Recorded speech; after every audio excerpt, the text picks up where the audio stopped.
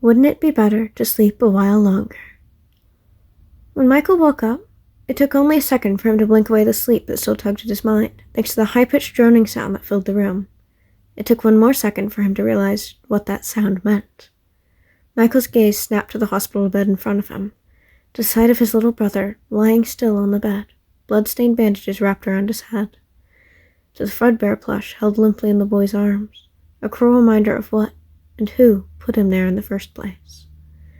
And then to the flatlining heart rate monitor. No. Michael didn't realize his heart could sink lower than it had already. No. Immediately, the chair Michael had been sitting on was on its side as the teenager knocked it over in his rush and knelt next to the hospital bed, his brother's still warm hand grasped tightly in his own, and words of denial continuing to escape the elder's tongue. The pleas didn't cease even when the doctors came into the room and pulled Michael away. No, please! The tears Michael had shed before seemed negligible in comparison to the ones streaming down his face now. He can't. Michael froze as a heavy hand landed on his shoulder and turned him around. Silently, Michael looked up at his father. His carefully neutral expression was a sharp contrast to the fear and grief on Michael's own. He's gone, the older man said, his usually calm voice tense. We're going home. What? Michael blinked and glanced back at the hospital bed, the doctors blocking his view of his brother. But what about... Oh. The grip on his shoulder tightened, and Michael slowly turned back to face his father. Voice cold and eyes narrowed, William Afton continued. Do you need more time to realize your actions have consequences? Or do you want to observe your handiwork longer? Michael gulped and lowered his gaze. No. I thought so. His gaze lingered on his eldest a moment longer before he turned away and left the room, the message clear. Moments later, Michael followed. When Michael woke up, the first thing he saw was the pavement his face was up against. As he pushed himself to his feet, he next saw the glinting of metal sliding beneath the sewer grate in front of him. Then he saw his hands, and everything came rushing back. His father had disappeared, leaving nothing but a filled-out application and recommendation for employment at Circus Baby's Entertainment and Rental, and a note telling him to find his sister and put her back together. Michael had followed his father's instructions. He'd taken the job. He'd found his sister. Or, rather, what became of her. Looking with horror at his purple, decaying hands, Michael wasn't sure that thing was his sister anymore. Even if Elizabeth's spirit was still there, whatever had happened to her in that place had twisted her into something else. A monster. You won't die. The words echoed through Michael's head as he clenched his rotted hands into fists. How was this possible? He should have died when the scooper ripped through his body. He would have deserved it, too. Why should he get to live when his siblings died, especially since he was the reason both of them were dead? He should have been kinder to his brother. He should have kept better watch over his sister. Maybe death was too kind a release for someone like him. Michael stumbled back to his house as he readjusted to walking in his battered and broken body. The few of his neighbors who were outside ducked away when he looked in their direction. He didn't blame them. He'd do the same if he were in their shoes. Finally making it inside, Michael collapsed into one of the chairs at the kitchen table and buried his face in his hands, suppressing a cringe at the unusual texture. What was he supposed to do now? He was only 18. He had no job, no family, and little shot at having a normal human interaction with anyone ever again. No hope for a future, no chance to have a family of his own. Maybe this really was his punishment for what he'd done. After what felt like an eternity, Michael lifted his head, and his gaze fell upon the note from his father. Michael left it on the table where he'd found it, not willing to throw away the last thing his father had left for him. Michael picked up the paper and read it again. And he read it again. Then he tore it to shreds and slammed the tiny pieces on the table. Michael may have been the one who put his brother in Fredbear's mouth, but he wasn't the one who made the animatronic so dangerous that its jaw could crush bone. He may have been responsible for looking after his sister while his father was busy opening up his new restaurant, but he wasn't the one who designed Circus Baby to be capable of killing. Michael may have gone to work at the rental location, but William Afton was the one who sent him there. He had been the prime suspect of the missing children incident, after all. The pieces clicked together with cold certainty in Michael's mind.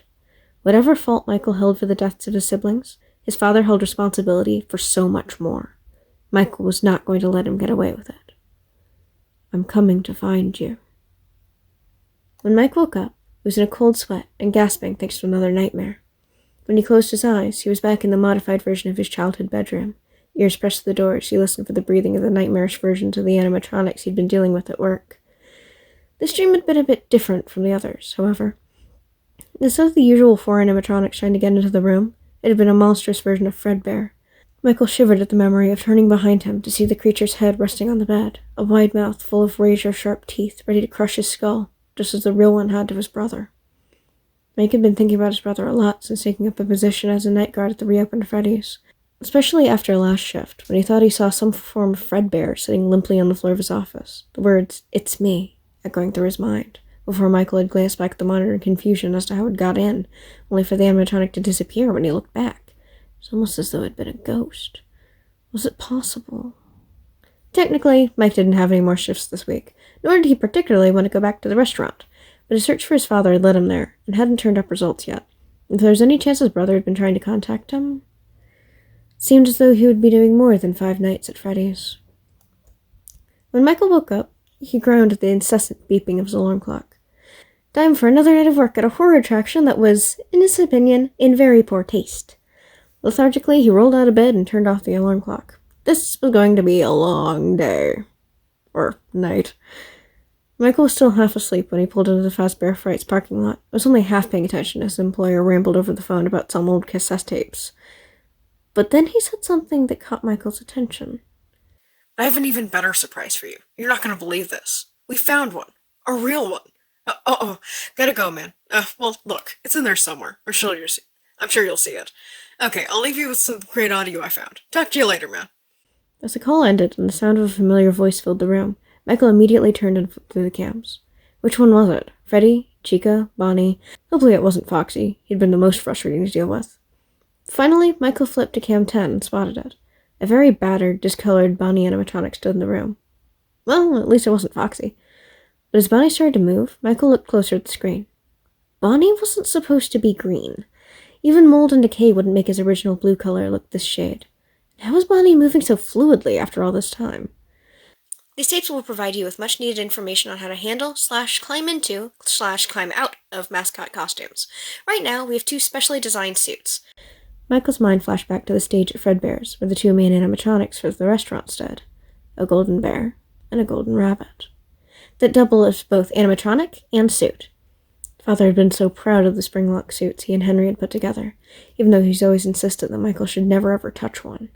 The spring-locks could be set off so easily if mishandled. It was too dangerous. Michael hadn't listened, and his brother died for it. Michael watched in horror as the animatronic turned to look at the security camera. It tilted its head, then continued with some form of renewed energy in the direction of the office. But not before Michael caught a glimpse of something inside the suit through the gap in its jaws. It didn't look like an endo. His mind pulled up pieces of memories of newspapers. 2 children going missing at Freddy's. 3 more. Mentions of someone in a mascot costume luring them away. Not enough evidence was found to convict his father. But this animatronic had been found in some back room that had been sealed off for, 30 years? At least Michael had never heard of the room in all his time working at various locations. There was no way anyone could be alive in that thing. Plus, he could see its legs, and they're clearly mechanical, and his employer would have noticed that there was a person in the suit. Suddenly, a cold feeling settled in Michael's chest. He glanced down at his own hands, wrapped in bandages to hide the fact they were stuck part of the way through decomposition. If someone had died in that suit thanks to spring-lock failure, they could have decayed enough for the corpse not to be obvious, but still somewhat remain, their body now fused with the animatronic. Michael only knew one man who'd be crazy enough to wear that thing regularly, and know anything about remaining after death. A look of horror on his face, Michael watched his father take another step towards the office. When Michael woke up, he sat up so quickly Helpy jumped back in surprise from where he'd been gently trying to prod Michael awake. "Oh, sorry, buddy," Michael said, a slight smile on his lips. "Thanks for waking me up."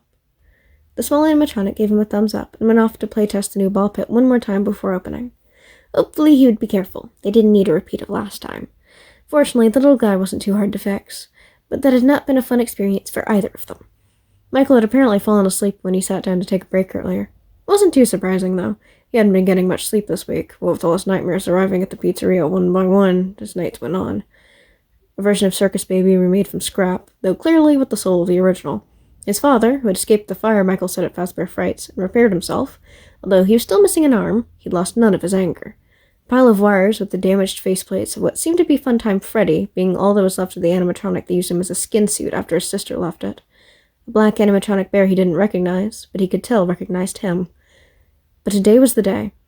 He didn't quite know what his employer, where did he recognize that voice from, had planned, but there had to be some reason he was collecting these animatronics, and it certainly didn't seem that they were being used as salvage.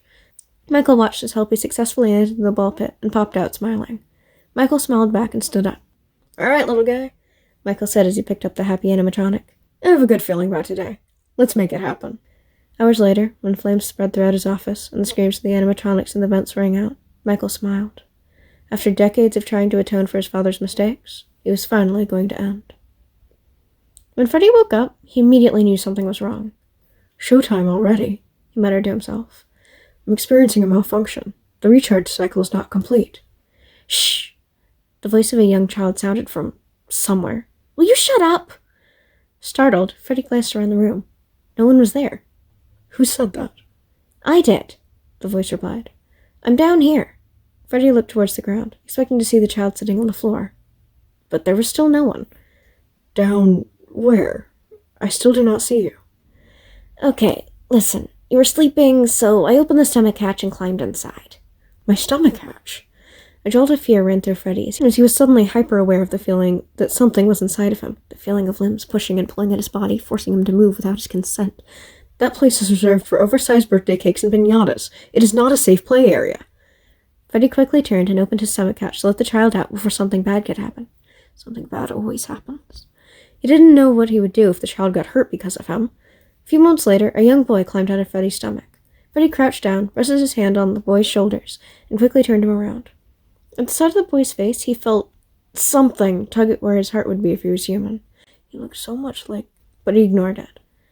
"There you are," Freddy said, before proceeding to scan the boy and search for his profile. When he finished, he sat up again. "Scanning complete. How odd. Your guest profile is unknown to me. Who are you?" "I'm Gregory." That was how Freddy met Gregory. As it would turn out, Gregory was being hunted, not only by the security guard who Freddy hoped was only searching for him to return him to his parents, not that Freddy would betray his trust by handing him over.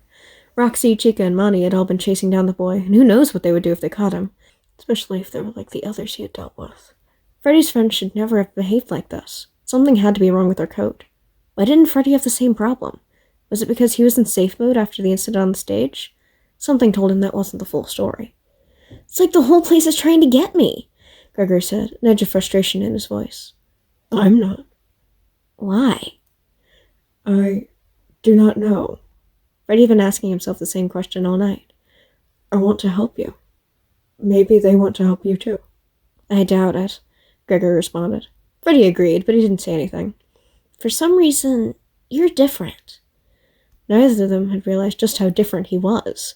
Gregory probably still didn't realize. But as Freddy stood in the remains of an old, abandoned Freddy Fazbear's pizza place, buried beneath the pizzaplex, Freddy started to remember.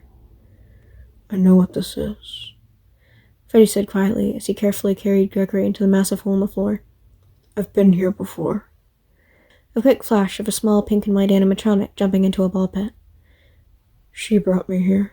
I found myself for the first time when I cleared the path." Everything was dull, only perceived through the analysis performed by Freddy's code and AI. Then suddenly, he felt. How could he have forgotten? "I did not want to, but I had no choice." After all, it was easy to control a soulless robot. "Now I have a choice. I have changed." He wasn't like the others. Not anymore. "My friends are here. They're so angry, confused. But I will protect you." It was the least he could do. He wasn't going to let anything like what happened to his brother happen to Gregory. "I am not me." He was Freddy Fazbear, the face of Fazbear Entertainment, and lead singer of the animatronic band at Freddy Fazbear's Mega Pizzaplex. But that was only half of who he really was. Michael woke up. Then he and Gregory set Peepaw on fire again and lived happily ever after. Especially after last shift, when he thought he saw some sort of... Especially after last shift, when he thought he saw some sort of Fredbear. Especially after... These tapes will provide you with